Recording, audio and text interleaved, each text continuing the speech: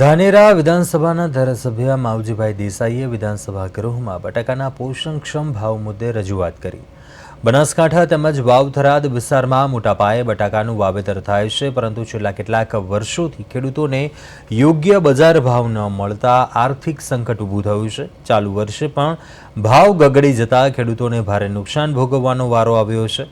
ધારાસભ્ય માવજીભાઈ દેસાઈએ સરકારની સમક્ષ માંગણી કરી કે અન્ય પાકોની જેમ બટાકા માટે પણ એમએસપી એટલે કે ટેકાના ભાવ જાહેર કરવામાં આવે અથવા ખેડૂતોને સીધી સહાય આપવામાં આવે।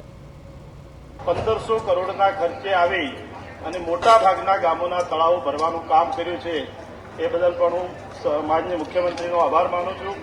અને દાંતીવાડાથી સીકુ જળાશય જે લિંક યોજના હતી, એ યોજનાની અંદર પણ પાણી આપવાનું કામ રાજ્ય સરકારે કર્યું છે, એમનો આભાર માનું છું।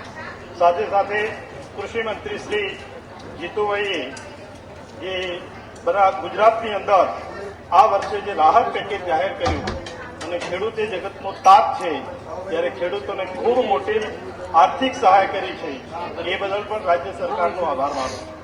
સાથે સાથે તાજેતરની અંદર સમગ્ર ગુજરાતની અંદર જે અત્યારે બટાકા પકડતા ખેડૂતો છે, તો એ ખેડૂતો માટે અત્યારે ભાવ મફતતા થઈ ગયા છે અને ખેડૂતો ખૂબ એ વિસ્તારની અંદર સમગ્ર વિસ્તારની અંદર પાયમાલ થયા છે।